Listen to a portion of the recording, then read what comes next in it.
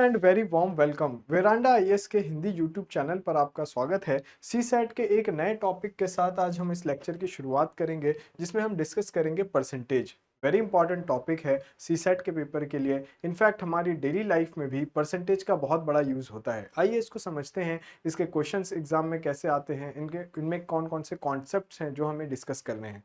Percentage का ये मतलब होता है कि आउट ऑफ 100 आप किसी चीज को रिप्रेजेंट कर रहे हैं। आपको याद होगा जब फ्रैक्शंस की क्लास हम कर रहे थे तो उसमें हमने देखा था कि हम चीज़ों को डिवाइड कर देते हैं, फ्रैक्शन में लिखते हैं। फॉर एग्जांपल जब हम पिज्ज़ा की एग्जांपल लेते हैं तो अगर हमने पिज्ज़ा के 8 स्लाइसेस किए और 2 स्लाइस आपने कंज्यूम कर लिया तो इसको हम 2/8 के फॉर्म में लिख सकते हैं। ये 8 क्या है, टोटल पार्ट्स ऑफ पिज्ज़ा, और ये 2 क्या है, जो पार्ट आपने कंज्यूम कर लिया। Suppose these 2 parts you have consumed. अब आपको ये समझना है कि इसको हम परसेंटेज के फॉर्म में जब लिखेंगे तो इस पूरे 8 पार्ट्स को हम कितने बना देंगे, 100 बना देंगे। इस 8 पार्ट्स को हम क्या एज्यूम करके चलेंगे, 100। तो इसमें क्या हो गया है, 100। ये पूरा पिज्जा जो हम कंसीडर करेंगे ये हम 100 पार्ट्स कंज्यूम करेंगे, कंसीडर करेंगे। तो इसका ये मतलब है जब परसेंटेज की बात होती है तो जो टोटल होता है वैल्यू उसको हम क्या एज्यूम कर लेते हैं, 100 आउट ऑफ 100। क्या, फॉर एग्जाम्पल जब कोई एग्जाम आप अपियर करते हैं और आपके टोटल मार्क्स जो हैं वो सपोज 600 हैं, 6 सब्जेक्ट्स हैं और 6 सब्जेक्ट्स के हर सब्जेक्ट में 100 मार्क्स हैं टोटल। तो 6 सब्जेक्ट्स के कितने मार्क हो गए, 600। अब आउट ऑफ 600 आपको कितने मार्क्स मिले, फॉर एग्जाम्पल 480 मार्क्स मिले। फॉर एग्जाम्पल 480 मार्क्स मिले, 480 मार्क्स आउट ऑफ 600। अब इसको हम क्या करते हैं, परसेंटेज में कैलकुलेट करते हैं। तो जब हम इसको परसेंटेज में कैलकुलेट करेंगे, जब आपने देखा होगा आपके मार्क्स जो है वो परसेंटेज में हम कैलकुलेट करते हैं। जब परसेंटेज में कैलकुलेट करते हैं तो ये 600 को हम किस में कन्वर्ट कर देते हैं, 100 में। इसलिए परसेंटेज हमेशा क्या होगा, आउट ऑफ 100 होगा। परसेंटेज हमेशा क्या होगा, आउट ऑफ 100 होगा। आई होप ये आपको परसेंटेज का कॉन्सेप्ट समझ में आ गया है कि किसी भी चीज को जब हम परसेंटेज में लिखते हैं तो हम ये बता रहे होते हैं कि आउट ऑफ 100 कितने पार्ट्स, आउट ऑफ 100 कितने पार्ट्स। वेर एज फ्रैक्शन में ये डिनोमिनेटर कुछ भी हो सकता है, राइट। तो ये परसेंटेज का कॉन्सेप्ट है। By a certain percent we mean that many hundreds, how many 100 part, right. x present, x percent means x hundreds return as x percentage. तो जैसे 93% लिख दिया, 23% लिख दिया। इसका क्या मतलब है, टोटल पार्ट्स कितने हैं, 100 है, और आउट ऑफ 100 आपने क्या है, आपको 93 मार्क्स मिले। तो इस तरह परसेंटेज को हम लिखते हैं, right. This is the concept of writing percentage. अब हमें यह समझना है कि एग्जाम में हमारे क्वेश्चंस किस तरह आते हैं। एग्जाम के क्वेश्चन समझने से पहले हमें कुछ बेसिक क्वेश्चंस की प्रैक्टिस करनी होगी। फॉर एग्जाम्पल रेसिप्रोकल्स का बहुत इंपॉर्टेंट यूज होता है वाइल कैलकुलेशन ऑफ परसेंटेज। उसमें यह होता है कि अगर आपको, जैसे आप ये देखिए 1/1, इसका क्या मतलब है, टोटल पार्ट्स कितने हैं, 1। टोटल पार्ट्स कितने हैं, 1, और कंज्यूम भी कितना हो गया, पूरा। तो इसका क्या मतलब है, 100%। ठीक है।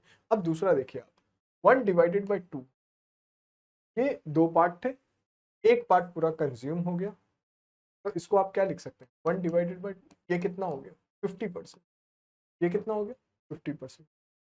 इसी तरह ये देखिए 1/3, तो 1/3 जब हम लिखते हैं तो इसका ये मतलब है 3 पार्ट थे total, total 3 parts were there, और इसमें एक पार्ट कंज्यूम कर लिया। तो परसेंटेज में ये कितना हो गया, 33.33%। तो इसका ये मतलब है कि कोई भी रेसिप्रोकल 1 से लेके 20 तक, और आप 20 के बियॉन्ड भी जा सकते हैं, बट 20 तक हमारे कैलकुलेशन को बहुत सिंप्लीफाई कर देता है जब हम परसेंटेज के कैलकुलेशंस करते हैं। फॉर एग्जाम्पल 1/4, तो आप समझ, ये 1/4 है, ये 4 पार्ट्स हैं, इसमें एक पार्ट मान लीजिए कंज्यूम हो गया, तो हम इसको क्या लिख सकते हैं, 1/4। टोटल 4 पार्ट्स हैं और एक पार्ट कंज्यूम हो गया। परसेंटेज में इसको लिखेंगे तो क्या लिखेंगे, 25%। वाई 25%, क्योंकि 25/100 क्या हो जाता है, 25/100 1/4 ही होता है। ठीक है, 25% लिखने का क्या मीनिंग है, 25/100, 25/100 इज इक्वल टू 1/4, राइट। 1/5, 20%। तो ये आपको बहुत डिफिकल्ट नहीं है इसको याद रखना या इसको डिराइव कर लेना। ठीक है, बहुत आसानी से आप इसको डिराइव कर सकते हैं। 1/6, अब आप थोड़ा सा रिलेशन भी लगा सकते हैं, यहाँ 6 लिखा है तो 16.66% हो। 1/7, 7 2 14, 7 4 28। तो ऐसे कुछ रिलेशन लगा के भी आप इसको याद रख सकते हैं। 1/8 है तो 12.5 हो गया। अगर 1/4 25% था तो 1/8 उसका हाफ हो जाएगा, तो ये क्या हो गया 12.5%। 1/9 11, अब 9 को आप ऐसे याद रख सकते हैं, 9 के केस में 11 आता है और 11 के केस में 9 आता है। देखिए 1/9 में क्या है 11.11%, 1/11 के केस में क्या है 9.09%, 10 सिंपली 10% हो। 12 12 क्या हो जाएगा 1/6, देखिए 1/6 क्या है 16.66, तो इसका हाफ हो जाएगा 8.33, हाफ हो गया। 2 8 16, 2 3 6, 2 3 6। 1/13 7.77, 7.7%, 14 7.14%, ऐसे याद रख सकते 14 7 14 14, ठीक है। 1/15 6.66%, फिर ये 16 1/8 का हाफ हो जाएगा, 1/8 कितना है 12.5%, तो ये क्या हो जाएगा 6.25%, राइट। 17 5.88%, 18 5.55। अब आप देखिए बहुत कम वेरिएशन आ रहा है, 5.88 5.55 5.26 5%, 1/20 कितना हो जाएगा 5%। तो ये कुछ रेसिप्रोकल्स हैं जो हमें हेल्प करते हैं परसेंटेज की कैलकुलेशन में। अब आइए हम क्वेश्चंस देखते हैं कि क्वेश्चंस को कैसे सॉल्व करते हैं। Express each of the following as a fraction, तो अभी हम क्या कर रहे हैं परसेंटेज को फ्रैक्शन में लिख रहे हैं। फ्रैक्शन आपको याद होगा हमें p/q के फॉर्म में लिखना होता है, ठीक है। ऊपर भी एक इंटीजर होगा, नीचे भी एक इंटीजर होगा। ये integer can not be zero, denominator can not be zero, इसी को हम क्या बोलते हैं फ्रैक्शन, ठीक है। डिटेल्ड लेक्चर किया है इस पे हमने, आप देख सकते हैं प्लेलिस्ट में। अब आइए इसको लिखना कैसे है। 56%, अभी मैंने आपको क्या बताया परसेंटेज का मतलब है आउट ऑफ 100, तो अगर ये 56% लिखा है इसका मतलब ये क्या है 56 आउट ऑफ 100, 56 आउट ऑफ 100। अब इसको फ्रैक्शन में लिखना है, मतलब आप इसको और कितना सिंप्लीफाई कर सकते हैं, आप इसको और कितना सिंप्लीफाई कर सकते हैं। अगर मैं 4 से इसको डिवाइड करूं, सो 4 1 ज़ा 4, 4 4 ज़ा 16, और 4 2 ज़ा 8, और 4 5 ज़ा 10, तो 14/25। इससे ज्यादा इसको सिंप्लीफाई नहीं कर सकते। तो फिर ये क्या हो गया 56% को अगर फ्रैक्शन में लिखना है तो 14/25 लिखना, राइट।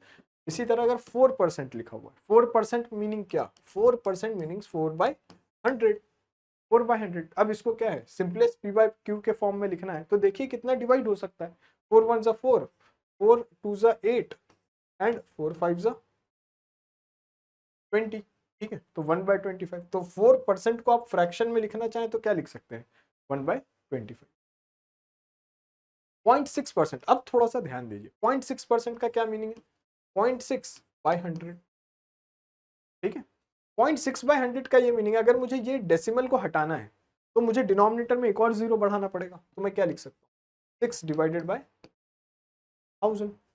6/1000। अब इसको मैं और सिंप्लीफाई करता हूँ, तो 6 से तो 1000 को डिवाइड नहीं कर सकते, तो मैं क्या करूंगा 2 से डिवाइड कर लूंगा, 2 3 ज़ा 6, 2 5 ज़ा 10, 0 0, 3/500। अब 3 से 500 को डिवाइड, 500 को 3 से डिवाइड नहीं कर सकते, तो ये इसका फ्रैक्शनल फॉर्म होगा। फ्रैक्शन में 6.6% को 3/500 लिख सकते हैं, राइट।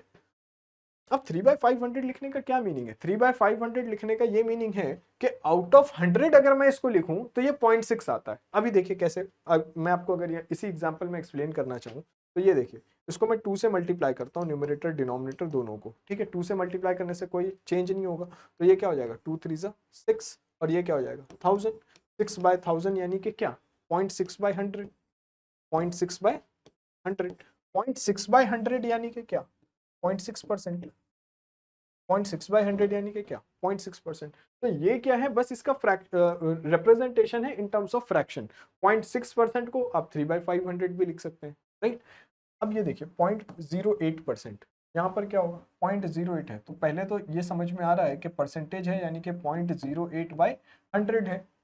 अब यहाँ पर डेसिमल के बाद 2 डिजिट है, तो इसको मैं ऐसे लिख सकता हूँ 8/10,000, ठीक। 2 डिजिट थे तो 2 जीरो एक्स्ट्रा आ गए, राइट। अब इसको अगर मैं सिंप्लीफाई करूँ तो 8 1 ज़ा 8, 8 1 ज़ा 8, यहाँ 2 चला गया, 8 2 ज़ा 16, यहाँ 4 चला गया, 8 5 ज़ा 40, और ये 0, 1/1250। ये क्या है इसका रिप्रेजेंटेशन है इन टर्म्स ऑफ फ्रैक्शन। तो किसी भी परसेंटेज को आप फ्रैक्शन में बहुत आसानी से रिप्रेजेंट कर सकते हैं, राइट। आई होप ये आपको समझ में आ गया। अब देखिए परसेंटेज को और किस फॉर्म में हम रिप्रेजेंट कर सकते हैं। परसेंटेज को हम डेसिमल के फॉर्म में भी रिप्रेजेंट कर सकते हैं। परसेंटेज यानी कि क्या, देखिए ये क्या लिखा हुआ है 6%, यानी कि 6/100। अगर मुझे इसे डेसिमल में लिखना है तो क्या हो जाएगा ये यहाँ डिनोमिनेटर में 2 जीरो है, 2 जीरो है मतलब डेसिमल कितने डिजिट के बाद आएगा, 2 डिजिट के बाद, 2 डिजिट ये हो गए, यहाँ डेसिमल आ गया 0.06। तो 6% को इस तरह भी लिखा जा सकता है, राइट, डेसिमल में लिखना है। ये 28 है, सो 28% यानी कि क्या, 28 आउट ऑफ 100। अगर ये 28 आउट ऑफ 100 है तो मैं इसको ऐसे भी तो लिख सकता हूँ 0.28, 2 जीरो है ना, तो डेसिमल 2 डिजिट के बाद आएगा, 2 डिजिट के बाद आएगा, यानी कि ये क्या हो गया 0.28, राइट। 0.2%, देखिए 0.2% है, यानी कि ये तो 0.2 डिवाइडेड बाय 100 तो आपने लिख दिया।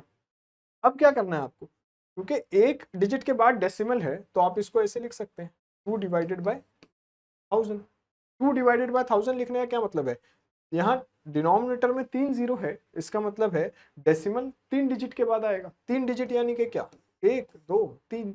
अब आप डेसिमल लगा दीजिए, 3 डिजिट के बाद डेसिमल, डेसिमल लग गया, डेसिमल के बाद 3 डिजिट आ गए, 3 जीरो थे डिनोमिनेटर। 0.04%, 0.04% यानी कि क्या, 0.04 डिवाइडेड बाय 100। अब 2 डिजिट के बाद डेसिमल है, डेसिमल के बाद 2 डिजिट है, तो आप क्या लिख सकते हैं, इसको आप लिख सकते हैं 4 डिवाइडेड बाय, ये तो 100 का 2 जीरो हो गया और ये 2 जीरो और आ गया। अब 4 डिजिट है, 4 डिजिट है, यानी कि आप इसको क्या लिख सकते हैं, 4 डिजिट के बाद क्या आना चाहिए, परसेंटेज, तो ये 0.0। अब ये परसेंटेज के फॉर्म में था, सॉरी ये परसेंटेज के फॉर्म में था, और ये इसका कौन सा फॉर्म हो गया, डेसिमल फॉर्म। ये परसेंटेज फॉर्म था, ये इसका कौन सा फॉर्म हो गया, डेसिमल फॉर्म। ये डेसिमल फॉर्म, डेसिमल फॉर्म। इसका क्या मीनिंग है, परसेंटेज को आप फ्रैक्शन में भी लिख सकते हैं, परसेंटेज को आप डेसिमल में भी लिख सकते हैं। आइए कुछ और क्वेश्चंस की हेल्प से इसको समझने की कोशिश करते हैं, application part of question. GDP of an island is 170 crores in the year 2024. Next year it becomes 180 crores. What is the percentage change? अब आपको ये ध्यान रखना है कि जब भी हम परसेंटेज चेंज की बात करेंगे, कितना चेंज हुआ, आपको इंडिविजुअल परसेंटेज नहीं निकालना है, परसेंटेज चेंज निकालना है। परसेंटेज चेंज निकालने के लिए आप क्या करेंगे, फाइनल वैल्यू, जो चेंज होने के बाद जो वैल्यू बनी है, final value minus initial value, minus initial value, change होने से पहले जो वैल्यू थी, divided by initial value.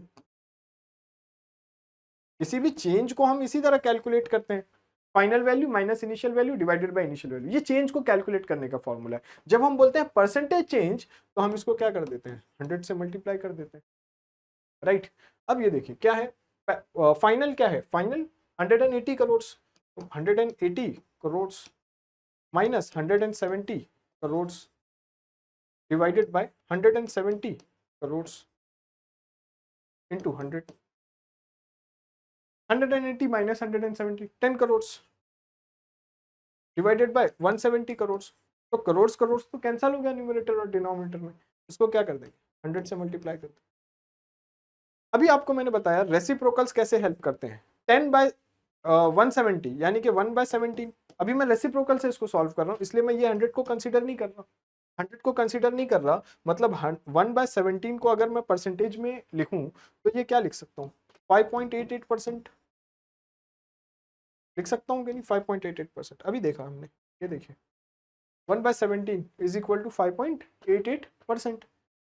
Reciprocal से लाइफ इजी हो जाती है। अगर रेसिप्रोकल हमने देख रखा है, नहीं देखा है तो फिर आप इसको डिवाइड करेंगे, ठीक है, ऐसे डिवाइड करेंगे 17, फिर ये मल्टीप्लाई बाय 100, 1/17 मल्टीप्लाई बाय 100, तो ये हो जाएगा 100/17।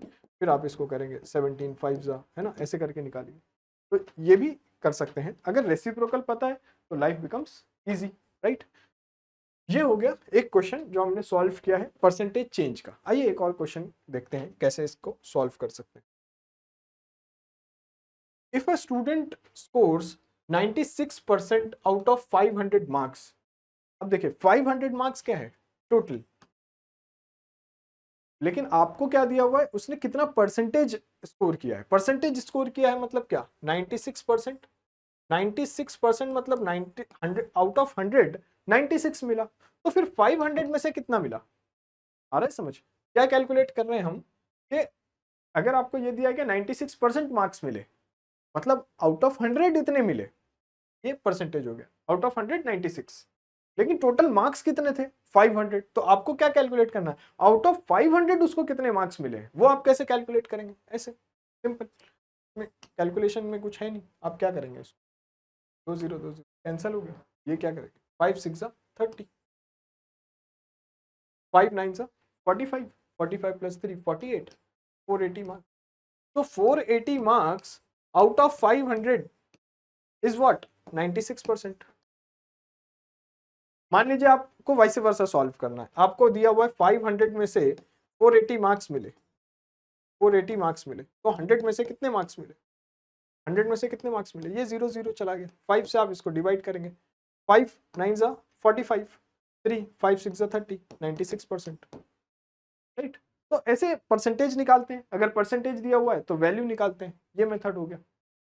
इसका रिवर्स क्वेश्चन ये करके देखते हैं अभी। If a student scored 923 marks out of 1300 marks, तो 923 मार्क्स मिले हैं कितने में से, 1300 में से, तो 100 में से कितने मिले, क्या कैलकुलेट करना है, हिज परसेंटेज।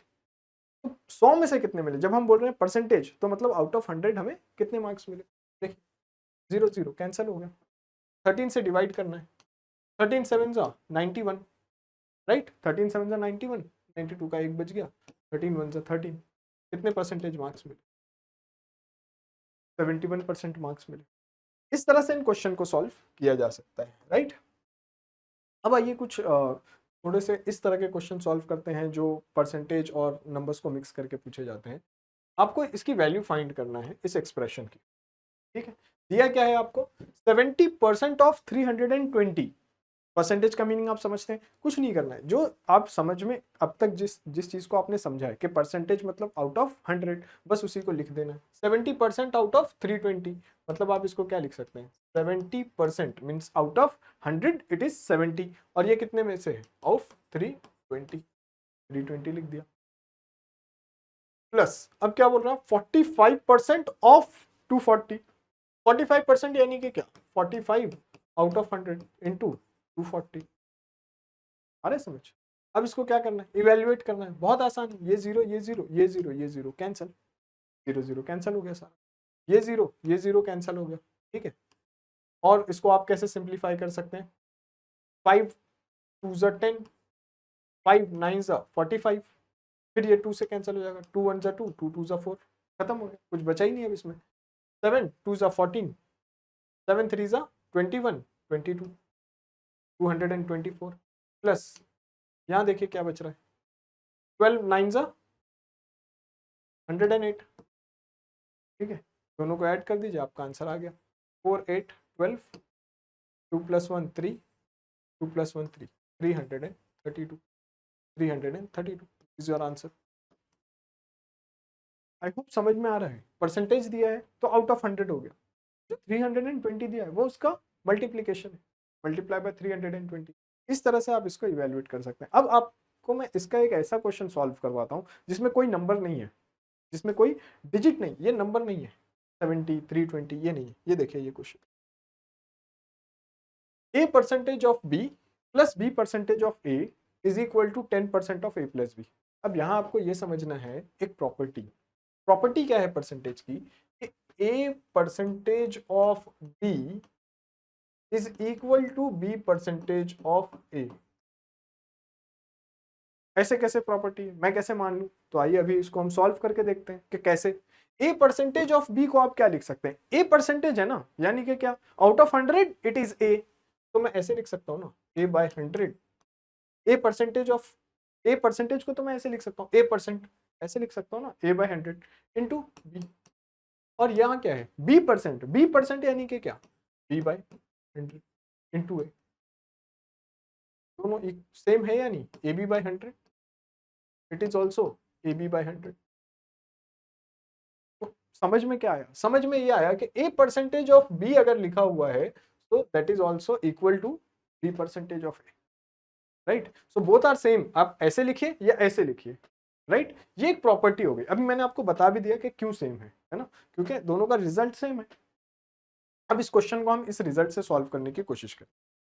क्या दिया हुआ है, a percentage of b is equal to b percentage of a, लेकिन अभी हमने देखा दोनों सेम होता है, तो इसको क्या लिख सकता हूं मैं, इस इक्वेशन को क्या लिख सकता हूं, a परसेंटेज ऑफ b, और b परसेंटेज ऑफ a को भी मैं क्या लिख सकता हूं, a परसेंटेज ऑफ b।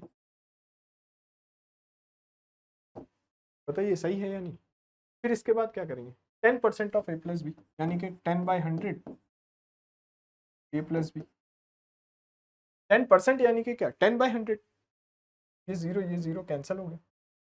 अब इसको मैं क्या लिख सकता हूँ, a% of b plus a% of b, that is twice of a% of b। और a% ऑफ b को क्या लिख सकता हूँ, a% ऑफ b को मैं ये लिख सकता हूँ ना, a% ऑफ b यानी कि a/100 इंटू b।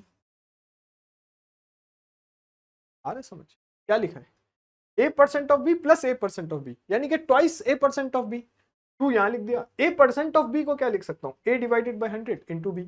यहाँ पे क्या बच रहा है, यहाँ पे बच रहा है a plus b divided by 10, right. अब इसको मैं और क्या सॉल्व कर सकता हूँ, देखिए इसको a b by 100 two A B by 100 is equal to a plus b by 10।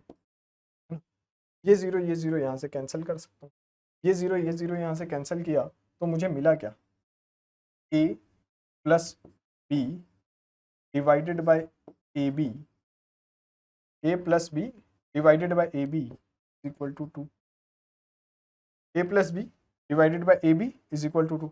बस कुछ नहीं किया है, एडजस्ट किया है, सॉरी पर एक 2 5 10 हो जाएगा ये। तो a plus B divided by A B is equal to, ये क्या बच जाएगा 1/5, क्या बन जाएगा बाई 5।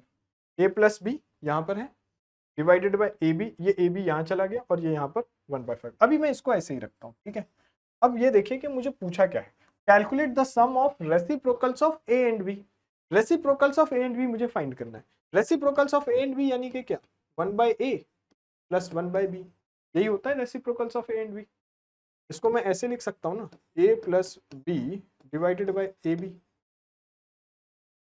क्रॉस मल्टीप्लीकेशन, ये b आ गया, ये a आ गया, a plus B divided by A B, यही तो है ना, a plus B divided by A B, a plus B divided by A B कितना है ये 1/5। यहाँ से ले लिया इसकी वैल्यू 1/5, 1/5 यानी कि क्या, 1/5 यानी कि 0.2। फ्रैक्शन में लिखना है तो 1/5 लिख लीजिए, डेसिमल में लिखना है तो 0.2 लिख लीजिए, ठीक है। इस तरह इस क्वेश्चन को हम सॉल्व कर सकते हैं, राइट। आइए नेक्स्ट क्वेश्चन देखते हैं। If income of A is 70% of B, income of A is 70% of B, income of B is 50% of C. तो रिलेशन दिया हुआ है आपको, ए की इनकम बी का कितना परसेंटेज है, बी की इनकम सी का कितना परसेंटेज है, और सी की इनकम दी हुई है, income of C is 1 lakh. 1 lakh यानी कि मैं लिख सकता हूँ C is equal to 1 lakh, right. अब मुझे दिया क्या है, income of B is 50% of C. जब हम बोलते हैं income of B is 50% of C, 50% का क्या मीनिंग है, हाफ ऑफ सी, 1/2, है ना। 50% यानी कि क्या 1/2, 1/2 ऑफ सी, यानी कि अगर मैं इसको 1 लाख लिखूं तो इसका क्या मीनिंग है, 50,000, राइट। अब मुझे क्या दिया हुआ है, income of A is 70% of B, यानी कि A is equal to 70% of B. 70% of B यानी कि क्या, परसेंटेज 70/100 इंटू बी कितना है 50,000, क्या होगा, ये 2020 कैंसिल हो गया, क्या मिल जाएगा आपको, 7 5 35,000। This is income of A, income of A, right. तो परसेंटेज के क्वेश्चन को हम इस तरह से सॉल्व कर सकते हैं, सिंपल क्वेश्चंस हैं। कुछ और क्वेश्चंस हम देखते हैं। Difference of two number is 1660, ठीक है, दो नंबर का डिफरेंस जो है वो 1660। If 7.5% of one number is 12.5% of other number, find the two numbers. देखिए इसको कैसे सॉल्व करते हैं, एक्स एंड वाई दो नंबर अज्यूम कर लीजिए, ठीक है, एक नंबर एक्स है दूसरा नंबर वाई है, वाई। अब क्या पूछ रहा है आपको, 7.5% ऑफ वन नंबर, यानी कि 7.5% of X is equal to 12.5% of other number, ये क्या हो जाएगा 12.5% ऑफ वाई, राइट। इसको कैसे लिख सकते हैं आप? 7.5 divided by 100 into X is equal to 12.5 divided by 100 into Y. लिख सकते हैं या नहीं? अब ये 100 कैंसिल हो गया। अब मुझे x को लिखना है y के टर्म्स में, मैं कैसे लिख सकता हूँ? x is equal to 12.5 divided by 7.5 into Y. Decimal अगर सेम डिजिट के बाद है, यहाँ भी 1 डिजिट के बाद डेसिमल है, यहाँ भी 1 डिजिट के बाद, यानी कि डेसिमल के बाद यहाँ भी 1 डिजिट है, डेसिमल के बाद यहाँ भी 1 डिजिट है, तो ऐसे केस में हम डेसिमल को कैंसिल कर सकते हैं। ये मैंने आपको बताया था, डेसिमल एक्चुअली कैंसिल नहीं होता। फिर इसको आप ऐसे लिख सकते हैं 12.5 है ना डिवाइडेड बाय 7.5, ये ऐसे है, तो हम इसको क्या लिख सकते हैं 125/10 है ना। और इसको कैसे लिख सकते हैं 75/10, तो ये 10 कैंसिल हो गया, तो 125/75 बचा। डेसिमल कैंसिल नहीं होता, प्रोसेस ये है, ठीक है। अब आइए x is equal to 125/75 into Y. अब इसको आप कैंसिल कर सकते हैं, 25 3 ज़ा 75, 25 5 ज़ा 125, तो x रिलेशन क्या मिला, x is equal to 5/3 of y। ये रिलेशन मिल गया आपको x और y के बीच में। अब हम क्या करेंगे, ये जो पहला कंडीशन दिया हुआ है ना आपको, difference of two number is 1660, two number यानी कि यही है ना वो, x minus Y is equal to 1660। x को मैं क्या लिख सकता हूँ 5/3y, तो इसको मैं लिख देता हूँ 5/3y minus Y is equal to 1660। यहाँ से मुझे क्या मिल जाएगा 5y minus 3y divided by 3, 5y minus 3y divided by 3 is equal to 1660। 5y minus 3y क्या हो जाएगा 2y divided by 3 is equal to क्या हो जाएगा 1660, राइट। अब क्या कर सकते हैं इसको, y इज इक्वल टू, इसको कैंसिल करना है और इसको डिवाइड, यानी कि इसको क्या लिख सकता हूँ मैं 3/2 इंटू 1660। 2 से पहले आप ये कर लीजिए इसको डिवाइड, 2 8 ज़ा 16, 2 3 ज़ा 6, 0 830, 830 इंटू 3, वाई की वैल्यू मिल गई आपको, y इज इक्वल टू 300 3 3 ज़ा 9, 3 8 ज़ा 24, y is equal to 2490, right. अब x फाइंड करना है, क्योंकि क्वेश्चन क्या बोला फाइंड द टू नंबर्स, एक नंबर तो मिल गया y इज इक्वल टू 2490, दूसरा नंबर फाइंड करना है x क्या है 5/3 into Y, x is equal to 5/3 into Y क्या है 2490। अभी 3 से मल्टीप्लाई करने से पहले क्या था 830, तो ये 830 ही होगा, 3 8 ज़ा 24, 3 3 ज़ा 9, 0, 5 से मल्टीप्लाई कर दीजिए, x इज इक्वल टू 500, 5 3 ज़ा 15, 5 8 ज़ा 40, 41, 4150। वो दो नंबर क्या है जिसकी यह कंडीशन दी हुई है, पहला नंबर है 4150, दूसरा नंबर है 2490। These are these numbers, right, this is your answer. तो परसेंटेज के क्वेश्चन इस तरह से हम सॉल्व कर सकते हैं। एक क्वेश्चन और देखते हैं, price of apples gone up by 20%, quantity to be purchased has also gone up by 30%। तो पहले मान लीजिए कि आप कोई क्वांटिटी परचेज करते थे एप्पल की, due to some guest arrival क्या हो गया आपका, जो क्वांटिटी परचेज करनी थी वो 30% से बढ़ गई, और ड्यू टू इन्फ्लेशन और anything price has gone up by 20%। तो पहले क्या बोल रहा है, calculate the percentage change in the expenditure, कितना चेंज हुआ। लेकिन अगर मैं मान लीजिए कि बिफोर चेंज की बात करूं, बिफोर चेंज, तो बिफोर चेंज एक्सपेंडिचर को मैं क्या लिख सकता हूं, expenditure can be, since before change की बात करें तो सब में सफिक्स यूज कर देंगे 1। एक्सपेंडिचर को आप क्या लिख सकते हैं, expenditure is price into quantity, कितना एप्पल खरीदा और एप्पल का कितना प्राइस था, क्योंकि बिफोर चेंज की बात कर रहे हैं तो इसको 1 1 कर दिया, P1 Q1। और आफ्टर चेंज क्या होगा, after change expenditure in second condition तो E2 लिख दिया, और ये क्या हो जाएगा P2 इंटू Q2। अब ये समझिए, जब मैं बोल रहा हूँ चेंज हो रहा है, चेंज हो रहा है मतलब P2 की बात करते हैं, पहले प्राइस के चेंज की बात करते हैं। कितने से चेंज हुआ है 20% से, price has gone up by 20%, 20% of जो ओरिजिनल था उसका 20%, तो 20% ऑफ P1। ये 20% ऑफ P1 को मैं ऐसे भी तो लिख सकता हूँ 20/100 इंटू P1, है ना। यानी कि इसको ऐसे लिख सकता हूँ ना 1.2 P1। क्लियर है, कोई डाउट तो नहीं, 0 0 कैंसिल हो जाएगा, 1.2 P1 हो गया। Q2 क्वांटिटी क्या है, 30% ऑफ Q1। चेंज की बात कर रहा हूं अभी, ये तो 0.2 होगा यहाँ पर, लेकिन जब चेंज की बात करेंगे P1 के साथ तो ये कितना हो जाएगा 1.2 P1, राइट। यहाँ पर क्या हो जाएगा 30% ऑफ Q1, तो 30/100 लिख दिया, 30/100।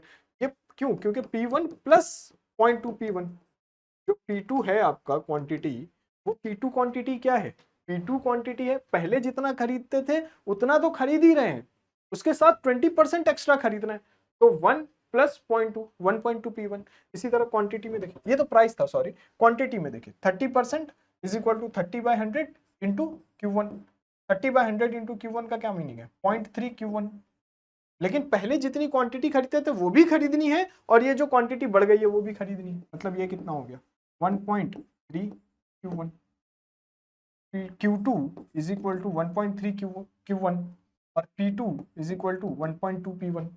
अब ये तो समझ में आ गया कि एक्सपेंडिचर 1 फर्स्ट बिफोर चेंज क्या है P1 इंटू Q1 है। आफ्टर चेंज की अगर मैं बात करूं तो एक्सपेंडिचर E2 क्या हो जाएगा, E2 is equal to P2 into Q2, राइट, P2 इंटू Q2। अब P2 इंटू Q2 है, इसको मैं P1 इंटू Q1 के फॉर्म में अगर लिखना चाहूं तो क्या लिख सकता हूं 1.2 P1 और 1.3 Q1, तो ये क्या हो जाएगा 1.2 P1 इंटू 1.3 Q1। अब 1.2 इंटू 1.3 को मैं सेपरेटली मल्टीप्लाई कर देता हूं और ये क्या हो जाएगा P1 into Q1। P1 into Q1 क्या है, E1 है, P1 इंटू Q1 क्या है, E1 है, और 1.2 इंटू 1.3 को अगर मैं मल्टीप्लाई करूं तो ये क्या हो जाएगा 1.56, 12 3 जा 36 6, और ये 12 1 जा 12, और ये 15, और दो डेसिमल के बाद, दो डिजिट के बाद मैंने डेसिमल लगा दिया 1.56 इंटू E1। तो चेंज कितना हुआ, अगर मैं बोल रहा हूँ E2 is equal to 1.56 E1 है, यानी कि परसेंटेज चेंज कितना है 56%।